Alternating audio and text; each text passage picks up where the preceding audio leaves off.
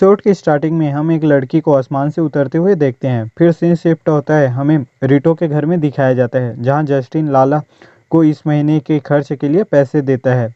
लाला खुश हो जाती है। जस्टिन कहता है ध्यान रहे कि आप इसे वेस्ट न करें, तो वो मान जाती है। तभी मीकन वहाँ टी लाती है। फिर वे तीनों चाय पीते हुए बात करती हैं। जस्टिन पूछता है रिटो कहाँ है, दिखाई नहीं दे रहा। मीकन कहती है वो शॉपिंग के लिए गया है। तभी मीकन कहती है मैंने कुछ लाने के लिए कहना भूल गई। तो लाला मैं चली जाऊंगी कहती है। जस्टिन नहीं कह रहा होता है तो लाला कहती है कुछ ऐसा है कि मैं खरीदना चाहती हूँ इसलिए। तो जस्टिन कहता है कहीं आप फिर से पैसे बर्बाद करने की तो नहीं सोच रही। लाला फिर से का क्या मतलब कहती है। तो जस्टिन कुछ सामानों की तरफ दिखाता है। लाला कहती है इस बार अलग है। तो जस्टिन और लाला के बीच तू मैं होने लगता है। फिर हम रिटो की तरफ देखते हैं जहाँ रिटो एक स्टोर से सामान खरीद कर निकलता है और फिर सामान की लिस्ट देखने लगता है। तभी वहाँ हरुना आ जाती है जो कि शॉपिंग के लिए आई होती है। रिटो पूछता है तुम यहाँ क्या कर रही हो। तो वो मुझे इस स्टोर से कुछ चाहिए कहती है।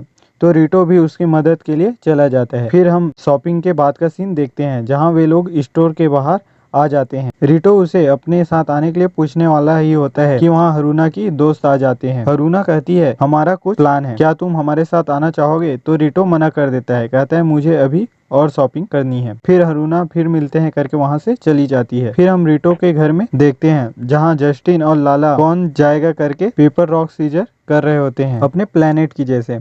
तो मीकन कहती है तुम दोनों भी साथ में जा सकते हो। फिर हम रिटो की तरफ देखते हैं जो शॉपिंग पूरी करके जा रहा होता है। तो वो जाते हुए इसने शॉप से कुछ स्नैक्स खरीद लेता है और खाते हुए जा रहा होता है। तभी वो एपिसोड की स्टार्टिंग में जिस लड़की को देखे थे उसको देखता है। रिटो सोच में पड़ जाता है कि उसे क्या चाहिए होगा जो मुझे घूर रही है।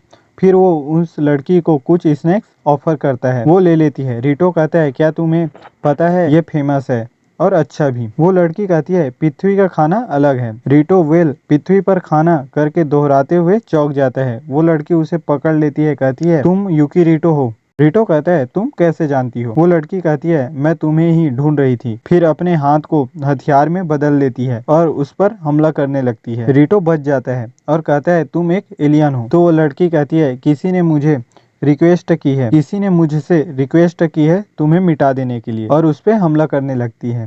रिटो भागने लगता है, वो भी उसका पीछा करती है और बार बार अलग अलग हथियारों से हमला करने लगती है।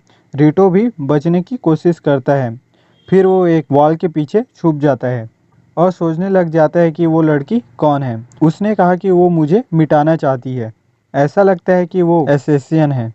वो लड़की बिल्कुल सही कहा कहते हुए उस वॉल को तोड़ते हुए निकलती है। रिटो चौंक जाता है। वो लड़की कहती है तुम क्यों नहीं लड़ रहे, क्या तुम बुरे नहीं हो। ऐसा लगता है तुम नहीं हो, लेकिन ये तुम्हारे लिए अंत है। और रिटो पर हमला करने के लिए आगे बढ़ती है। तभी जस्टिन आकर रोक देता है। वो लड़की उसे कहती है तुम कौन हो। तो जस्टिन कहता है मैं देवेले के रॉयल फैमिली के बॉडीगार्ड का कैप्टन हूँ, और अपनी तलवार आगे कर देता है। तो वो लड़की कहती है तुम मेरे रास्ते में आ रहे हो, और उस पर हमला करने के लिए आगे बढ़ जाती है। फिर जस्टिन और वो लड़की लड़ने लगते हैं। तभी लाला आ जाती है और कहती है यहाँ क्या हो रहा है। रिटो कहता है उस लड़की ने कहा कि वो एक एसेसियन है, उसे मुझे खत्म करने के लिए भेजा गया है। लाला क्या करके कहती है। तभी वहाँ मिकाडो सेंसे आ जाती है, कहती है उसका कोड नेम गोल्डन डार्कनेस है। आगे कहती है एक ऐसा एसेसियन जो अपने शरीर के किसी भी हिस्से को हथियार में बदल सकती है, उसके पृथ्वी पर आना इससे शामिल न होना ही सुरक्षित है। फिर वहाँ से जाने लगती है। पीछे से रिटो उसे रोकने की कोशिश करता है लेकिन वो नहीं रुकती। फिर हमें उनकी लड़ाई की तरफ दिखाया जाता है। जस्टिन जंप करके आगे बढ़ता है लेकिन वो गटर पे घुस जाता है। फिर वो गोल्डन डार्कनेस रिटो की तरफ आने लगती है, कहती है परेशानी अब बह चुकी है। यूकी रिटो क्या तुम तैयार हो।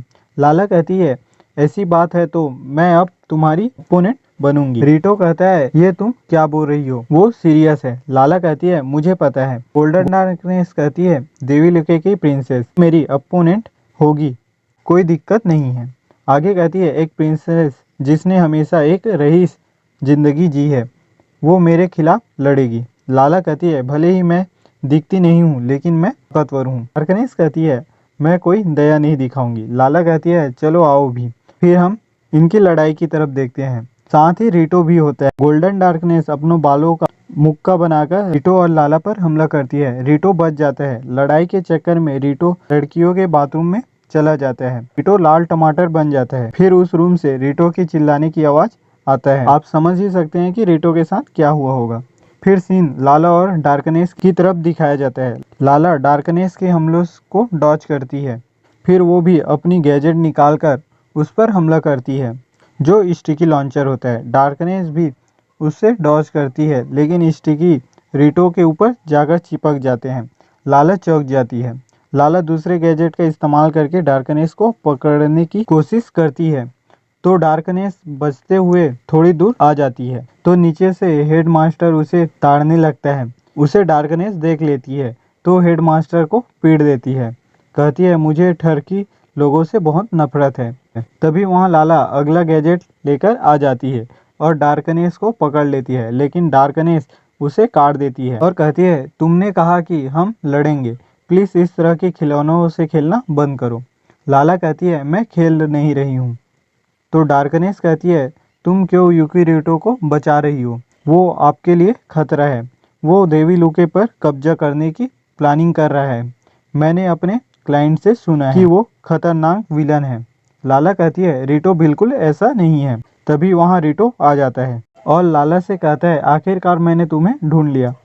आगे कहता है, ऐसे चीज मेरे साथ क्यों होता है? डार्कनेस रीटो के बारे में सोचती है और कहती है, शायद, पर एक बार रिक्वेस्ट आ गई, चाहे वो कोई भी हो, मैं उसे पूरा करूंगी। यही मेरा काम है। आगे कहती है, मुझे यकीन है कि प्रिंसेस जो ऐश और आराम में रहती है वो नहीं समझ पाएगी अकेले रहने का एहसास।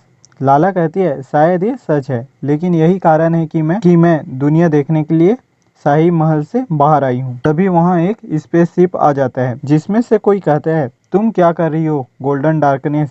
लाला तुम्हारी अपोनेंट नहीं है। और शिप से कोई उतरता है। लाला उसे देखकर लकास्पो कहती है। रीटो कहता है, ये यह है। तो लकास्पो चिल्लाते हुए कहता है, चुप कर तू जंगली पृथ्वीवासी, तेरी हिम्मत कैसे हुई?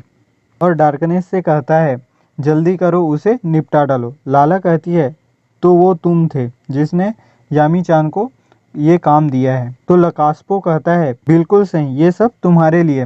लाला सान, चलो मुझसे शादी करो। लाला कहती है, नहीं, जो रीटो को मारने के लिए एसेसियन किराए पर रखे वो सबसे बुरा है। तो उसे झटका लगता है, तो वो गोल्डन डार्कनेस पर चिल्लाने लगता है कि तुम पहले ही अगर रीटो को मार देती तो ऐसा नहीं होता। डार्कनेस कहती है, तुमने मुझसे जो कहा यूकी रीटो के बारे में वह गलत लगती है।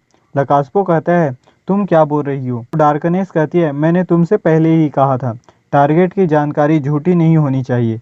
क्या तुम मुझे धोखा देने की कोशिश नहीं कर रहे? तो वो डरते हुए कहता है, मैंने तुम्हें झूठ नहीं बोला। लाला कहती है, उस पर भरोसा मत करो। डार्कनेस लाला और रीटो की तरफ देखती है, फिर वो लकास्पो की तरफ देखती है, तो वो डर जाता है। कहता है, मैं तुम्हारा क्लाइंट हूँ। डार्कनेस कहती है, रिक्वेस्ट के लिए सही इन्फॉर्मेशन जरूरी है। लकास्पो, तो मैं तुम्हें सजा दूंगा करके अपने शिप से आ जाओ गामा तान करके बुलाता है, जो एक जॉइंट फ्रॉग होता है। रीटो चौंक जाता है। पेके कहता है, मैंने इसके बारे में एक बुक में पढ़ा था, ये इरोगामा है। लकास्पो कहता है, गोल्डन डार्कनेस, तुम अभी भी मेरी नहीं सुन रही हो, और उस फ्रॉग से हमला करवाता है। तो वो फ्रॉग उस पर बलगम से हमला करता है। डार्कनेस डॉज कर लेती है और कुछ छिटके के ऊपर पड़ जाती है, जिससे उसके कपड़े पिघल जाती है। लकास्पो कहता है, गामा तान के बलगम से कपड़े पिघल जाते हैं। डार्कनेस तभी उस पे हमला करने बढ़ती है, लेकिन वो गामा के अटैक से रीटो के ऊपर गिर जाती है। लेकिन डार्कनेस शर्म से रीटो को मुक्का मार देती है। डार्कनेस रीटो पर और हमला करने वाली होती है। लकास्पो उसका ध्यान भटका हुआ है करके डार्कनेस पर हमला करवाता है, लेकिन लाला बीच में आ जाती है, जिसके कारण लाला के कपड़े पिघल जाती है। लकास्पो उसे देखकर खुश हो रहा होता है और एक बार हमला करने कहता है। पीके रिकंस्ट्रक्शन में वक्त लगेगा करके कहता है।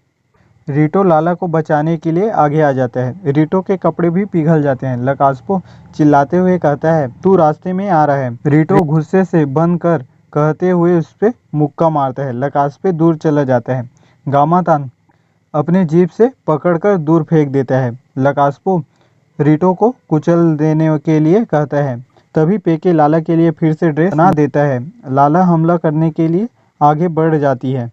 फिर लकास्पो और गामातान को पीटने लगती है और पीटकर उन्हें दूर फेंक देती है। रिटो ये देखकर चौंक जाता है। लाला कहती है, हे भगवान, क्या बेशरम आदमी था। पेके कहता है, सिर्फ इसलिए कि उसके पास पैसा है तो वो सोचता है कुछ भी कर सकता है। गोल्डन कहती है, तुम बहुत ताकतवर हो। प्रिंसेस आगे कहती है, आपने मुझे क्यों बचाया।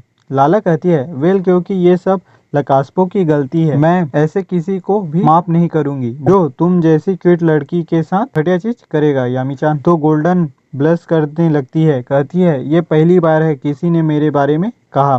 रिटो कहता है, तुम इसे यामी-चान क्यों कर रहे हो? क्या उसका असली नाम गोल्डन डार्कनेस नहीं है? डार्कनेस कहती है, इससे कोई फर्क नहीं पड़ता कि तुम किस नाम से पुकारते हो। रिटो कहता है, वे लकास्पो तो चला गया, तो क्या तुम मुझे निशाना बनाना बंद कर सकती हो और अब स्पेस में जा सकती हो? डार्कनेस कहती है, मेरे नियमों ने मुझे भागने से मना किया है। मैं जब तक तुमसे छुटकारा नहीं पा लेती मैं पृथ्वी पर ही रहूंगी। ये सुनकर रिटो चौंक जाता है। लाला कहती है, चलो फिर साथ में रहते हैं। फिर हमें जस्टिन की तरफ दिखाया जाता है जो बेहोश पड़ा होता है।